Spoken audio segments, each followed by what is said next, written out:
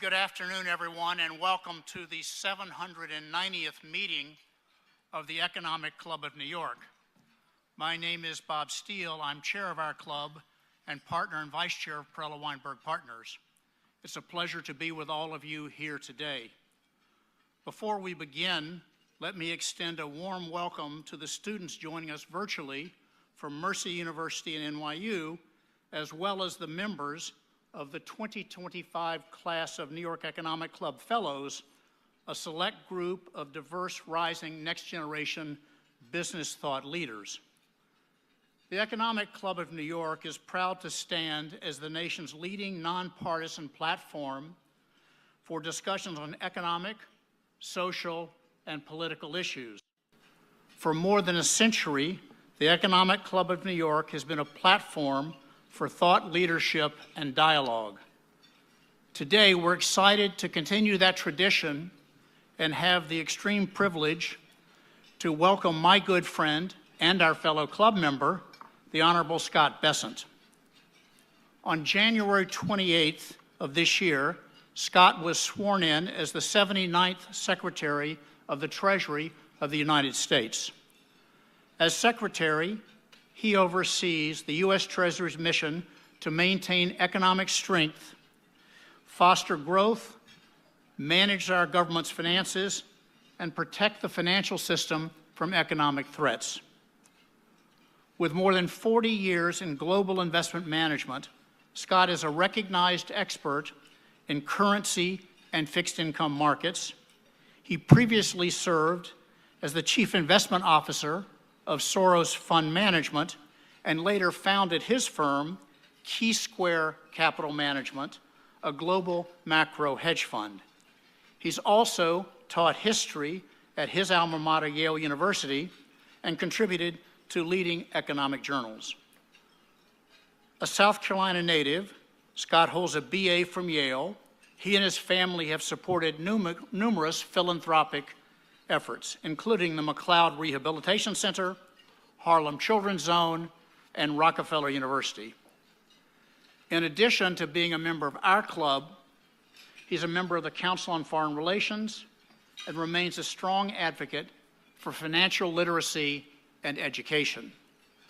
Today's format will begin with prepared remarks from the Secretary, followed by a fireside chat, and we're especially excited and honored to have fellow club member Larry Kudlow as our moderator.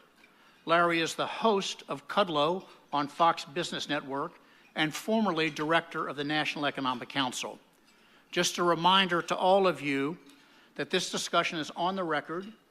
We do have a large number of media in the room and online, and we will conclude the program today promptly at 1 o'clock. So now, with no further ado, please join me in welcoming our fellow club member and Secretary of the Treasury to the podium. Scott?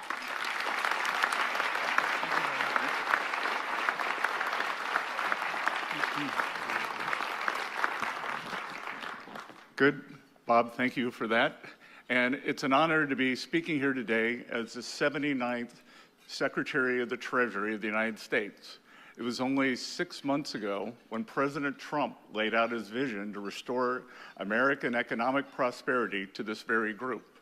It is a privilege to be here, both as a member of the Trump administration, a recent member of the Trump administration, and a longtime member of the Economic Club of New York, to explain how we will deliver on the President's vision. Today, I'm going to address three critical pillars of President Trump's America First agenda. America First is about more than just domestic or international policy, more than just economic policy and national security policy. It is a holistic program that serves the goal of improving the lives of every American. To that end, I will touch on three priorities for the Treasury Department, each of which is part of the overall agenda. In this speech, I will not address tax policy. It is the foundation on which the three pillars rest. Larry Kudlow and I are going to have a detailed discussion in the Q&A on tax policy, including the President's priorities on permanence, current policy baseline, no tax on tips, no tax on Social Security, no tax on overtime, and deductibility of loans on American-made autos. First, I will address a critical aspect of our domestic economic agenda, responsibly deregulating the financial sector to accelerate what I call the reprivatization of the economy. Second, maybe some of you have an interest in this, President Trump's tariff policies have begun the process of reorienting our international economic relations. I'll review our broader international economic policy goals from a first principles basis and discuss how tariffs fit into the picture. Lastly, economic security and national security are inseparable. At Treasury, our unique financial tools are a critical component of U.S. foreign policy. I'll address how we are updating those tools and give the first real-time example here today. At Treasury, we will lead a comprehensive and assertive effort across the administration to empower our nation's banks to finance the economy's pursuit of job growth, wealth creation, and prosperity for all Americans. I began my career as a financial sector analyst. I quickly learned that a strong yet efficient regulatory framework is needed to mitigate risk and protect taxpayers' hard-earned dollars. The regulatory overreach of the past few years in pursuit of political agendas has missed material risk, stymied growth, and squashed innovation. The Trump administration aims to make financial regulation more efficient, effective, and appropriately tailored. President Trump's recent executive order that requires the Office of the Comptroller of the Currency, the OCC, the Federal Deposit Insurance Corporation, the FDIC, and the Federal Reserve to submit regulatory actions for review at the Office of Management and Budget will improve analytical rigor and discipline while increasing accountability. The supervisory failures at the heart of the 2023 banking crisis under President Joe Biden should have been a wake-up call. As the Fed's review noted, its supervisors did not fully appreciate Silicon Valley Bank's vulnerabilities as it grew in size and complexity. When risks were identified, they did not take sufficient steps to ensure that SVB fixed those problems quickly. The result was the third largest bank failure in United States history. It was a supervisory failure. Our financial regulatory agenda must start with a fundamental refocusing of supervisors' priorities. Leadership must drive a culture that focuses on material risk-taking rather than box checking. As such, I plan to use the Financial Oversight Council, known as FSOC, and the President's Working Group on Financial Markets to drive change in our regulatory environment. We need our financial regulators singing in unison from the same song sheet. To be clear, this does not mean consolidation of agencies, but coordination via Treasury, such that our regulators work in parallel with each other and industry. I'm excited about the dynamic leadership that the President has put in place across the financial regulatory agencies to drive this process. Our nation's largest banks, many of whom are represented here today, role as financial intermediaries has been weighed down by unduly burdensome regulatory requirements and a broken supervisory culture. Backward-looking policies in response to an undercapitalized system predating the global financial crisis almost 2 decades ago should not drive today's approach. Bank regulation and supervision should reflect the current needs of the economy. For example, the enhanced supplementary leverage restriction, the SLR, can risk becoming a binding constraint instead of a backstop. The result is that the safest asset in the country, U.S. Treasuries, are not treated as such when leverage restriction is applied. Some have suggested that risk-free exposures like central bank reserves and short-duration treasuries should not be capitalized, even under a risk-insensitive leverage capital restriction, while others have suggested an adjustment to the leverage restriction buffer. I'm not here today making a specific policy announcement, only to make the point that rigorous analysis must be applied to these regulations if we are to appropriately supervise and regulate our banks. Given my small-town roots, I'm extremely focused on the success of America's community banks. The 4,000 community banks operating nationwide in every county in America are one of the most important reasons for the U.S. economic performance in recent decades. Despite only holding 15% of industry assets and deposits, community banks make up 40% of loans to small businesses, 70% of agricultural loans, and 40% of commercial real estate loans. They have strong relationships with their customers and tailor their loans to their neighbors' businesses. They have been increasingly hamstrung with burdensome supervision and regulation. Community banks are indeed overloaded with unproductive reporting requirements that have little to do with reducing material financial risk. Regulatory rating systems have suffered from mission drift as regulators apply subjective standards. Productive and synergistic mergers are often slowed due to immaterial supervisory issues. Regulations should serve to ensure the safe and soundness of U.S. banks, drive affordability across goods and services, and facilitate economic growth. And we are going to accomplish this by improving the efficiency and effectiveness of our financial sector to underwrite and finance domestic activity. Deleveraging the public sector and re-leveraging the private sector begin and end with smartly reinvigorating our regulated financial institutions. On the international economic system, President Trump's bold international economic agenda will also provide the backdrop for his domestic economic policies to succeed. The President has already begun a campaign to rebalance the international economic system. Perhaps we're seeing an early big win with Germany's discussions to dramatically boost its military spending. The international trading system consists of a web of relationships, military, economic, political. One cannot take a single aspect in isolation.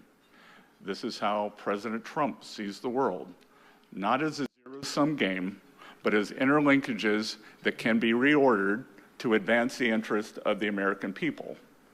This is contrary to the last several decades when other countries acted to advance their own interest while our policymakers largely forgot about the trade-offs of unconstrained trade misalignment. The result was the United States provided a source of massive demand, acted as arbiter of global peace, but did not receive adequate compensation. For today, the United States finds itself subsidizing the rest of the world's underspending in defense. This is not just a security issue. The United States also provides reserve assets, serves as a consumer of first and last resort, and absorbs excess supply in the face of insufficient demand in other countries' domestic models.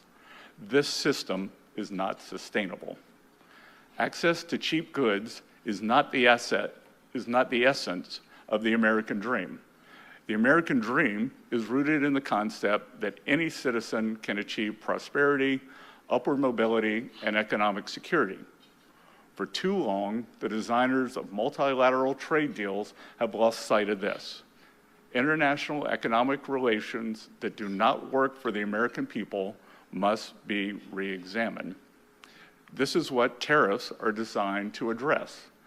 Leveling the playing field such that the international trading system begins to reward ingenuity, security, rule of law, and stability, not wage suppression, currency manipulation, intellectual property theft, non-tariff barriers, and draconian regulations. To the extent that another country's practices harm our own economy and people, the United States will respond. This is the America First trade policy. We are identifying bad actors across a range of criteria, not just tariffs applied to our exports, but also non-tariff barriers, laws which unfairly apply fines to our exporters, government policies which undercut global competition and suppress wages, and currency manipulation that enables persistent trade surpluses. These are not the only metrics in which our global trading partners should be scored. That is, increased burden sharing on security is critical amongst friendly nations. No longer should American tax dollars, American military equipment, and in some cases, American lives, be the sole bearers of upholding friendly trade and mutual security. Burden sharing is not a matter of offloading risk, but a matter of all benefiting parties having interest in the system. The shared interest ultimately strengthens the international system as the cost of disruption outweigh any benefits of dissolution. A 2025 sanctions regime. In the past, I've said that economic security is national security. Nowhere is this more evident than the U.S. Treasury's sanctions actions. In his ECNY speech last September, President Trump expressed his view that overuse of sanctions could affect the U.S. dollar's supremacy. I couldn't agree more and would add that not unlike the overuse of antibiotics, the target becomes immune and mutates. Lackadaisical sanctions simply create new markets, which must then be sanctioned, and so on. A major factor that has enabled the Russian war machine's continued financing was the Biden administration's egregiously weak sanctions on Russian energy, stemming from worries about upward pressure on U.S. energy prices during an election season. In a craven political move, National Security Advisor Jake Sullivan raised the Russian sanctions on the way out the door in January. What was the point of substantial U.S. military and financial support over the past 3 years without a commensurate and fulsome sanctions support? This administration has kept the enhanced sanctions in place and will not hesitate to go all in should it provide leverage in peace negotiations. Per President Trump's guidance, sanctions will be used explicitly and aggressively for immediate maximum impact. They will be carefully monitored to ensure that they are achieving specific objectives. Last month, the White House announced its maximum pressure campaign on Iran, designed to collapse its already buckling economy. The Iranian economy is in disarray. 35% official inflation has a currency that has depreciated 60% in the last 12 months, and an ongoing energy crisis. I know a few things about currency devaluations, and if I were an Iranian, I would get all of my money out of the rial now. This precarious state exists before our maximum pressure campaign designed to collapse Iranian oil exports from the current 1.5, 1.6 million barrels per day back to the trickle they were when President Trump left office. Iran has developed a complex shadow network of financial facilitators and black market oil shippers via a ghost fleet to sell oil, petrochemical, and other commodities to finance its exports and generate hard currency. As such, we have elevated a sanctions campaign against this export infrastructure, targeting all stages of Iran's oil supply chain. We have coupled this with vigorous government engagement and private sector outreach. We will close off Iran's access to the international financial system by targeting regional parties that facilitate the transfer of its revenues. Treasury is prepared to engage in frank discussions with these countries. We are going to shut down Iran's oil sector and drone manufacturing capabilities.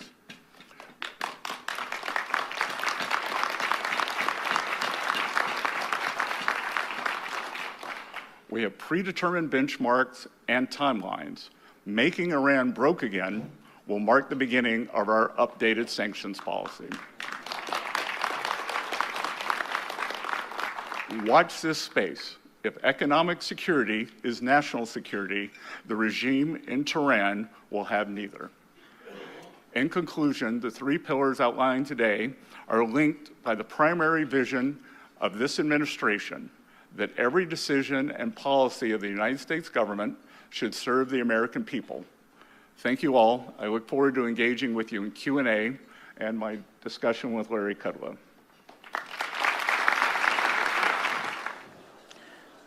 Thanks to Secretary Bessent for an excellent opening speech.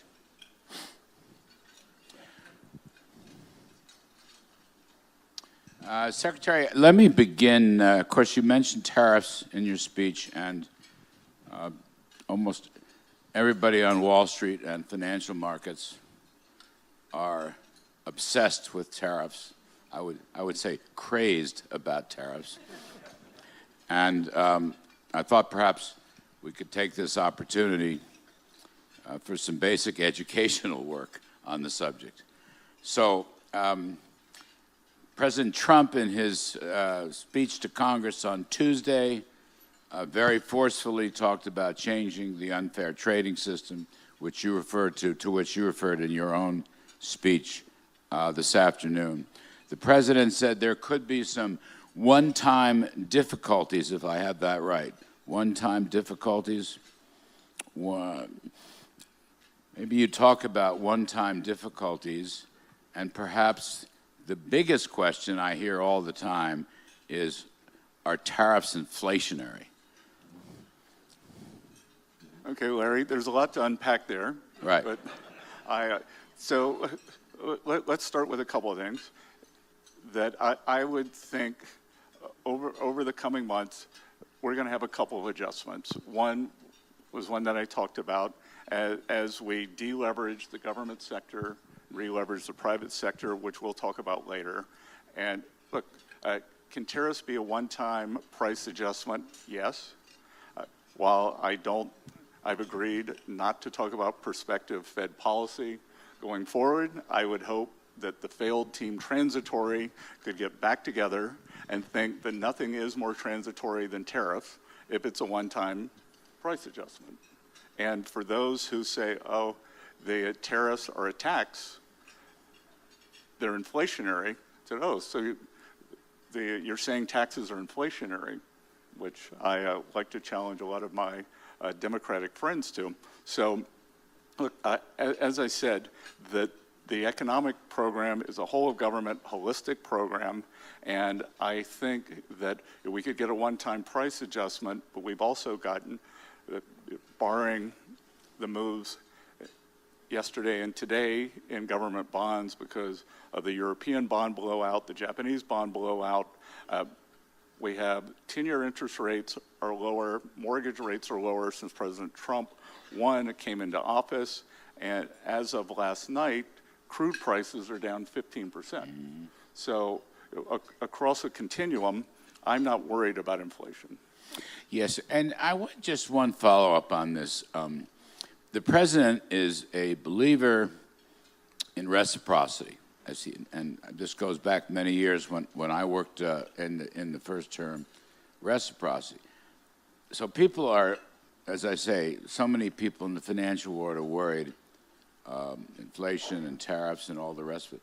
But he has said also that if countries who have engaged in unfair trading practices reduce their tariffs or their non-tariff barriers, then we would all have a lower tariff rate. I mean, he said that for many years. People don't seem to understand it.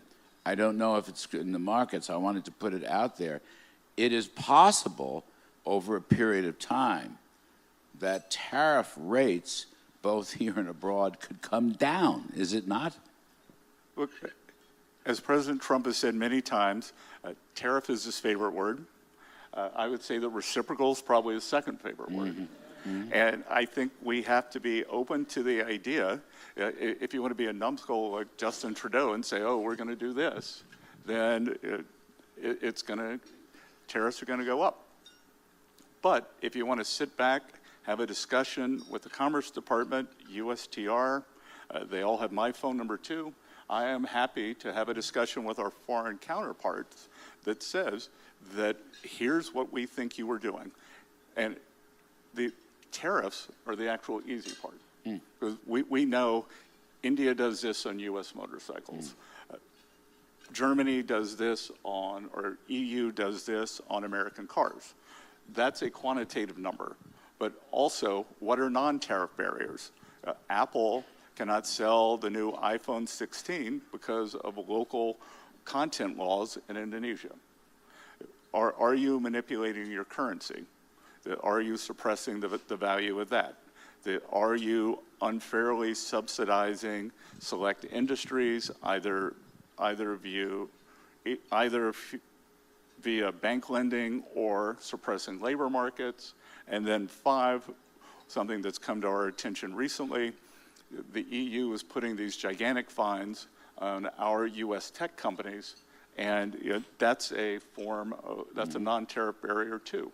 So we're going to look at that and then talk about what could happen on a reciprocal basis. It's going to be much of that will come out April 2nd, and we will then, it's going to be path dependent based on our trading partners, and there will be a discussion. When Prime Minister Keir Starmer and Team UK were in the White House on Thursday, we had a very good discussion about getting going on all of this and more. All right, thank you very much for that. I also wanted to circle back. You were mentioning bond rates. There's a terrific bond market rally going on. Actually, it's a very strong bond market rally, more or less since the president was inaugurated. I don't know what the 10-year is today. It was about 415, 412. Higher. Yes. Higher. How much? 430, okay. And it was nearly 5% a month or 6 weeks ago. Yep, Mortgage rate- 484, but not that I was keeping score. Right. I like round numbers. I learned that from Trump, just round numbers. Anyway, the point I'm making is, could you talk a moment? When you and I talked on an interview after your confirmation, you said that you were focused on the 10-year bond rate. President himself was focused on the 10-year bond rate. It has come way down. Mortgage rates have come way down.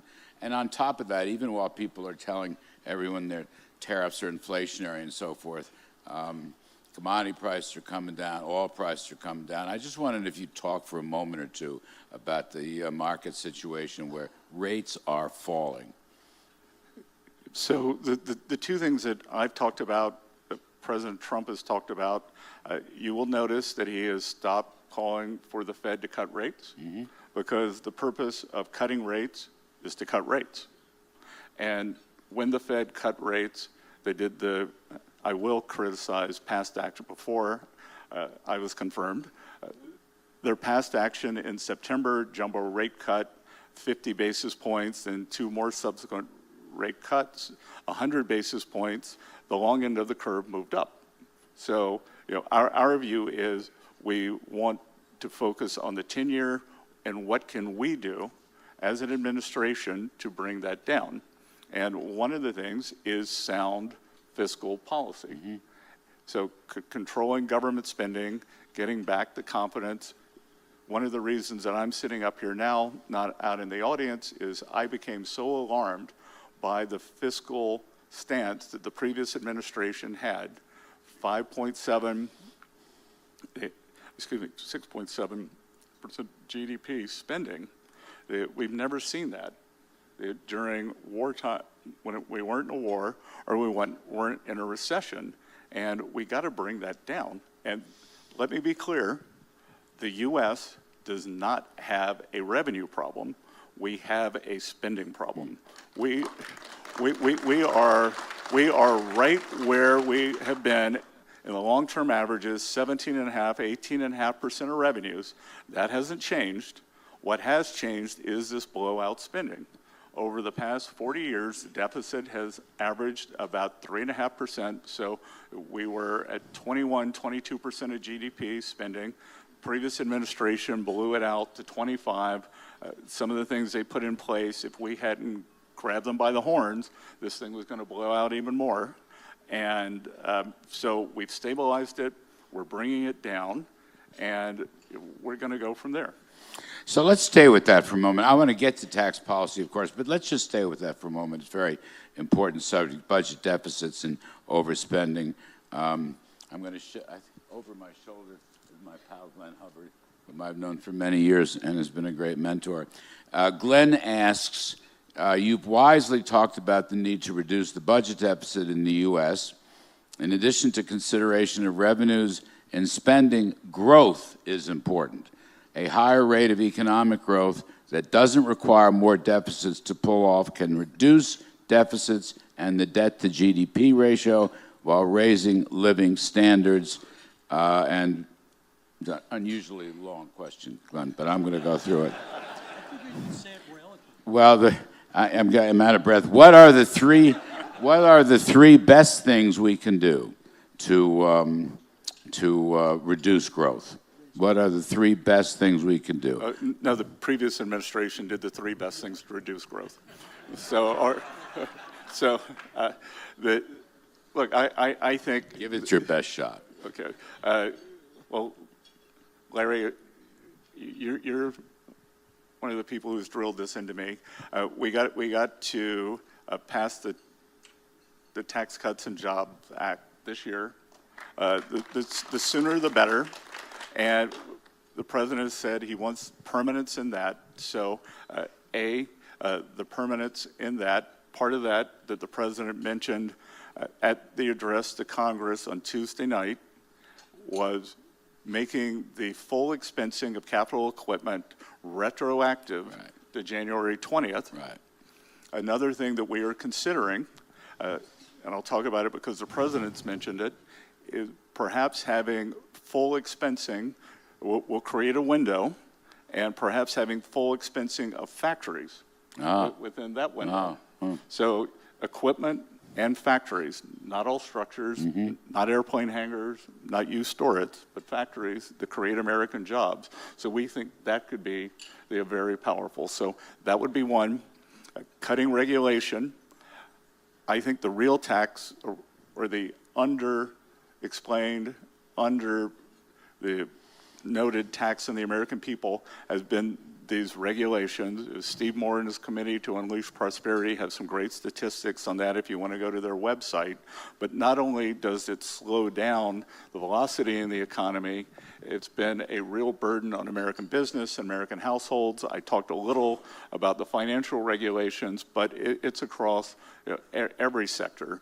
And a lot of these, the previous administration threw a lot more of these on their way out the door. So a ambitious and effective deregulatory agenda. And then three, our proposals to bring down energy costs, increase energy security, and for U.S. energy dominance, because what we're seeing, a lot of the affordability crisis that we have is not only the direct result of increased gasoline prices, home heating prices, but energy, as you know, Larry, permeates everything in the economy, whether it's the transportation of food to grocery stores, any kind of travel, any products that are petroleum-based. So, I think that was a long answer, but getting the tax deal done, deregulating, and the energy dominance. Just to stay with it, elaborate. First of all, the president in the speech on Tuesday night called for 100% expensing, retroactive to January 20th, which I think is really quite extraordinary and would boost, we've had very poor fixed business investment spending for several years. So that would be retroactive. Retroactive, so any of you considering a project, you can do it now, because we're going to get this bill passed. And if you've got it and it's ready to go, no reason to hesitate. And part of this, also the scenario for one big beautiful tax bill is the one big beautiful bill. I mean, that's what it is. The income tax rates would would stay down. The small business deduction would be restored, if not more. We talked about the expensing. The corporate tax rate could come to 15%, made in America goods. 15% would put us at the very, very low end of the OECD. This would all, the tax-free tips, tax-free overtime, tax-free senior benefits, and it would be made permanent. It would be permanent, Scott. This is what President called for, and it could be scored on a current policy baseline, which means, in effect, we don't have to worry. I mean, the issue here is to stop a $5 trillion tax hike. There's no evidence that this tax bill and tax proposal would actually reduce revenues. In fact, just the opposite happened in the 2017 bill. Look, I think that certainty, the closer we get to the tax bill expiring, the more what I would call an uncertainty tax goes up. So the sooner we can get this done, I lead something, Larry, I believe you were part of it, but it's called the Big Six. So it's myself, Kevin Hassett, the NEC director, Leader Thune, Chairman of the Senate Finance Committee, Senator Crapo, Speaker Johnson, and the Chairman of the House Finance Committee, Jason Smith, and the six of us are going at this every day to try to get it done as soon as possible so that there is no glitch in what's going on. Because the longer we wait, the bigger the chance that the unthinkable could happen and we could have this catastrophic tax increase. And I know that President Trump believes that one of the reasons that the 2018 midterms were unsuccessful was that it was an amazing tax bill you put together, but that it wasn't the focus in the first half of the year. And you believe, and I know the president believes, but you believe, and I know that Glenn Hubbard believes, that with good policies, we should be able to project a 3% GDP growth baseline out over the next 10 or 20 years. I think so. For those of you, when I used to sit out there for 35 years, I thought I knew how Washington accounting worked, and I was wrong. Now that I'm inside the sausage factory, just so everyone, so we could kind of level set, CBO scoring makes Enron look conservative. I mean, it's crazy, the things that they have. And when Larry and I talk about current policy scoring, that if we don't use current policy, the current CBO protocol, and this is why I think now being on the inside, we've gotten into this spending mess, into this tax mess, that the current baseline, I don't know why we're calling this extending the tax cuts. It is the current tax policy. Extending the current tax policy that gets rescored. Extending current spending, the current spending that got put in does not get rescored. So guess which is easier to do? You keep the spending going, you have the tax policy, the tax levels you have to fight for depending on when they expire. So this is why permanence is so important. Yes, thank you for that. I think it's really, really important point. Insofar as the Big Six is concerned, what you're negotiating, you and Kevin Hassett and the House and Senate members, there will be a Trump budget and there will be a Trump tax plan that will be formally submitted, at some point in the near future. Yeah, and Larry, as you said, so one thing we don't talk about a lot, and I think we're going to, is the tariff income. Right now we have substantial tariff income from China that President Biden left on.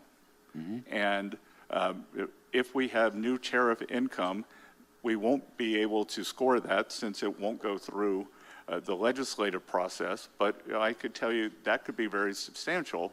And if you think about when people say, oh, tariffs are a regressive tax, that, well, are they a regressive tax if you then use the income from tariffs to no tax on tips, no tax on Social Security, no tax on overtime, making auto loans tax deductible? Those four policies, which President Trump put forward during the campaign, all accrue to the bottom 50% of wage earners and working Americans. So, could you have a tariff policy that is in finances income tax cuts and real income increases for the bottom 50%? I think that'd be pretty great. Mm-hmm. Have you ever met William McKinley? The president sends me text messages on William McKinley. I know I've been around, but I just missed him. I don't know, perhaps you commune with him.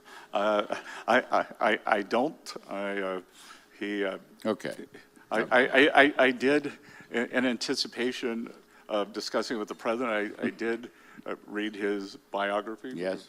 Very interesting. The Robert Mary biography is very good, very good. Okay.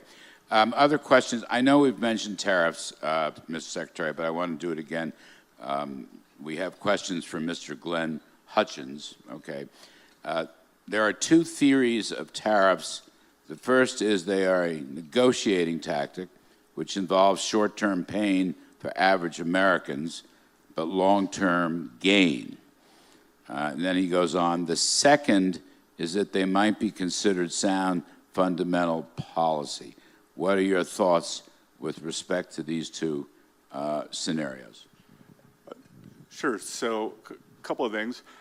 In terms of tariff policy, I think one thing that has become clear to me over the past decade, the past few years, and I set it out in an editorial that I wrote in The Economist, is Ricardian equivalence does not work if other countries have a very different economic and social policy.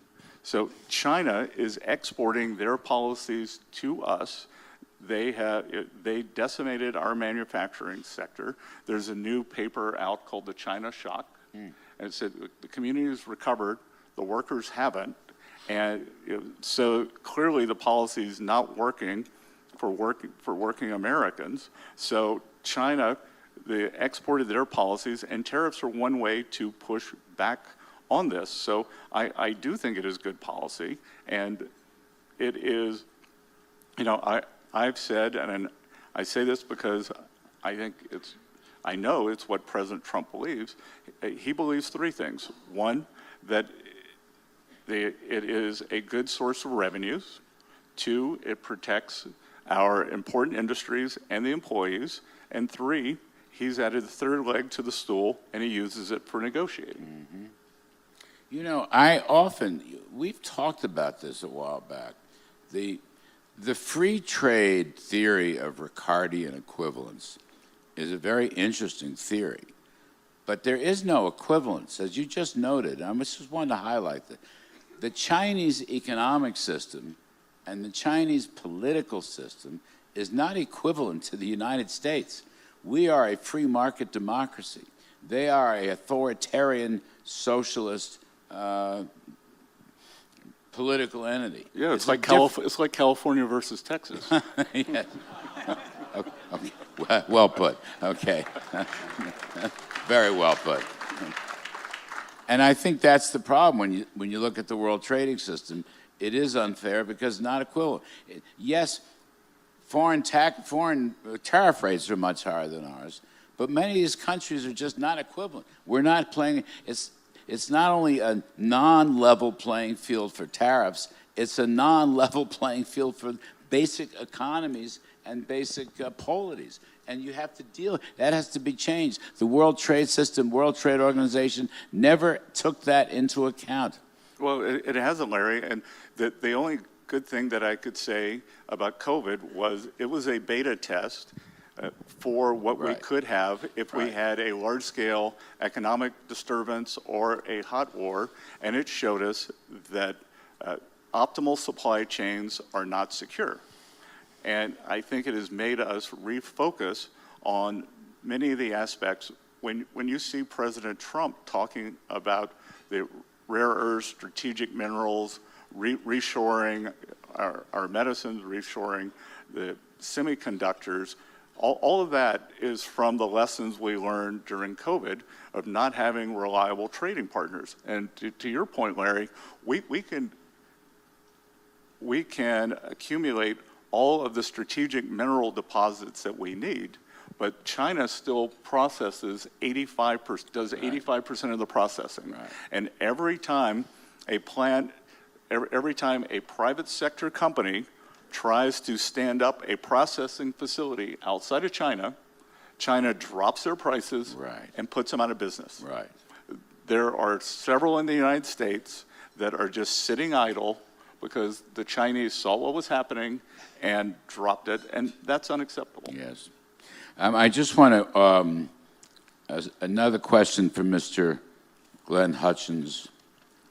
I want to be absolutely fair and balanced. He's asking, a principal component of the Trump campaign was that our deficits and debt are too high. Now, you've talked about that, but I want to give you just another round on it. Yes, I mean, I just talked about the spending is too high, and I think that, Larry, you and I have talked about it.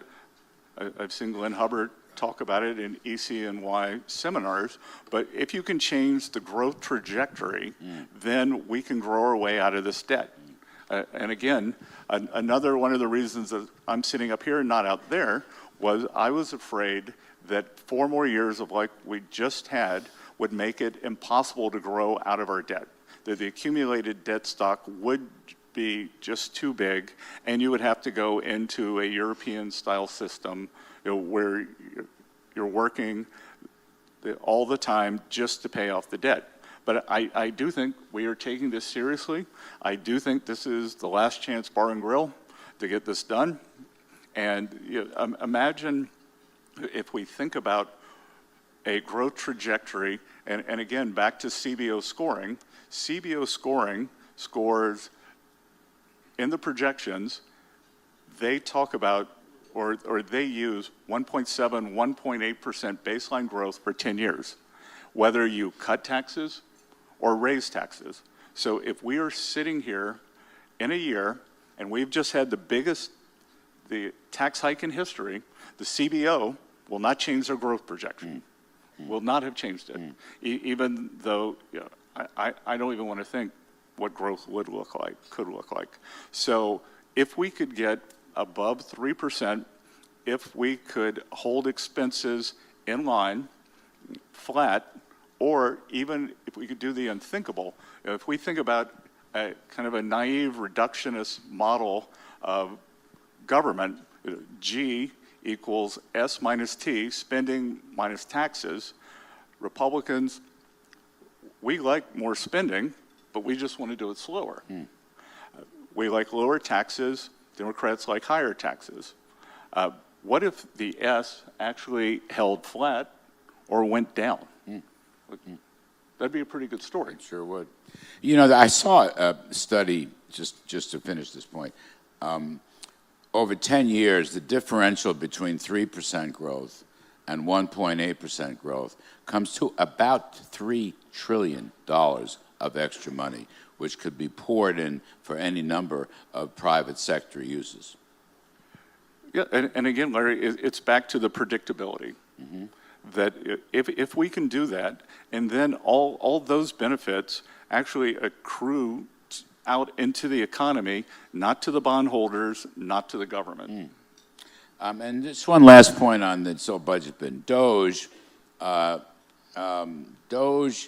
savings. I saw, it's interesting, a poll, a Democratic poll. My friend Mark Penn, in his poll, let's see, 69% favored the idea of a $1 trillion budget savings, I'll call it, from Elon Musk and Doge. This is a Democratic poll, so I thought it was quite interesting.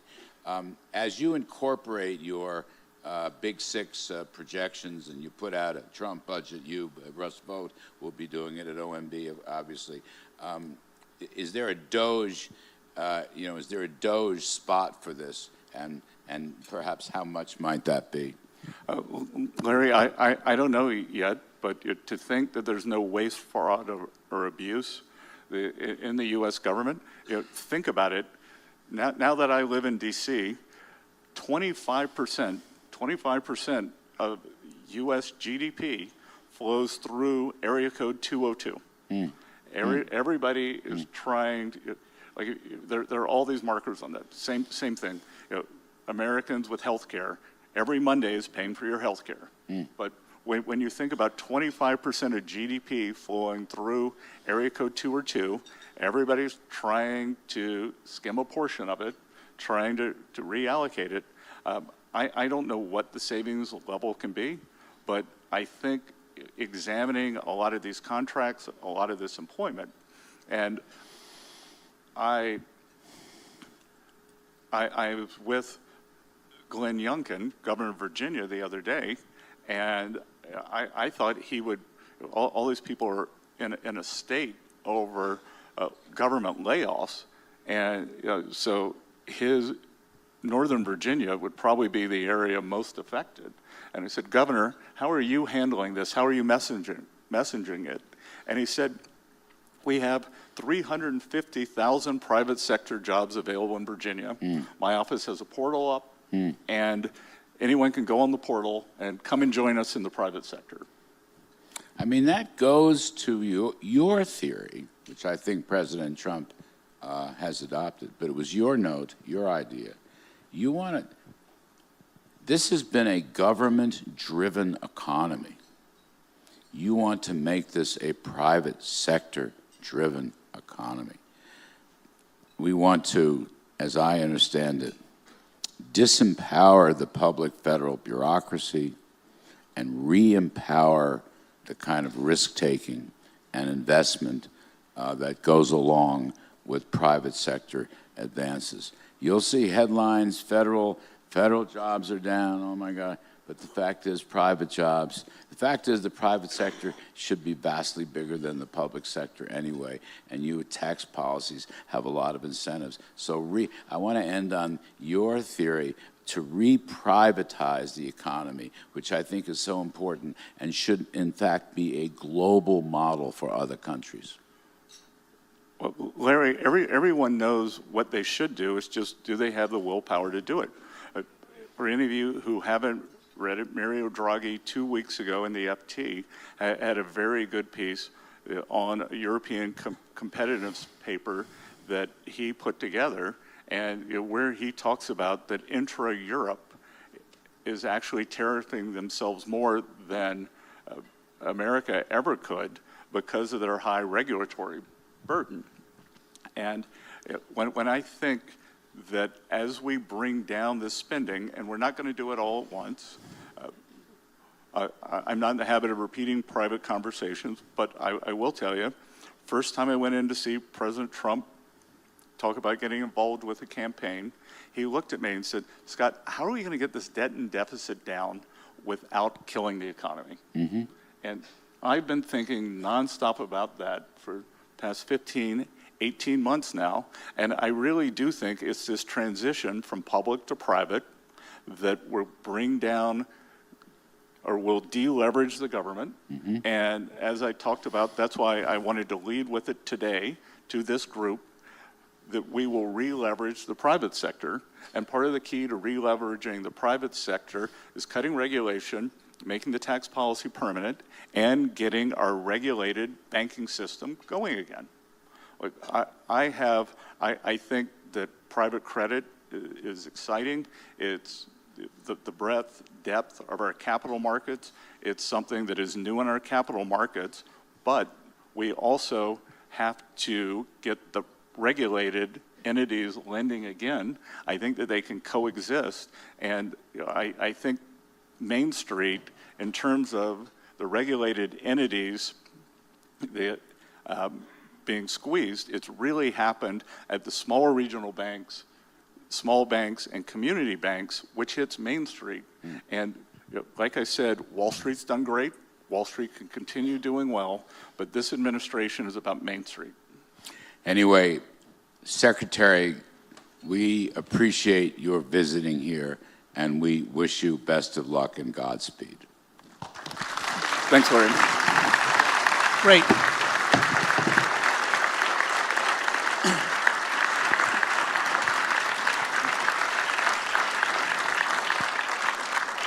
Thank you both very much. I think, Mr. Secretary, thank you for choosing the Economic Club as the venue for you to describe your ideas as they're developing. It was terrific and an honor for us to have you here today as a former club member and now as the secretary. I'm still a club member. Exactly. Okay, great.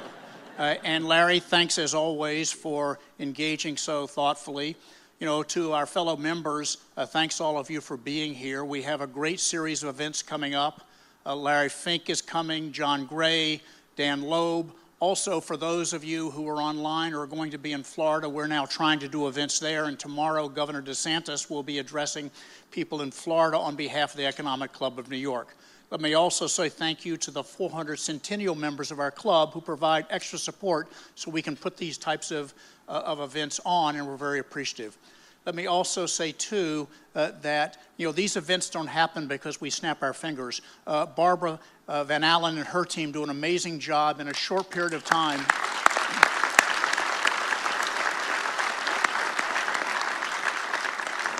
Of making these things happen. So everyone, those that are online, thank you for joining. Those in the room, please enjoy your lunch. And again, thank you, Mr. Secretary, for being here today.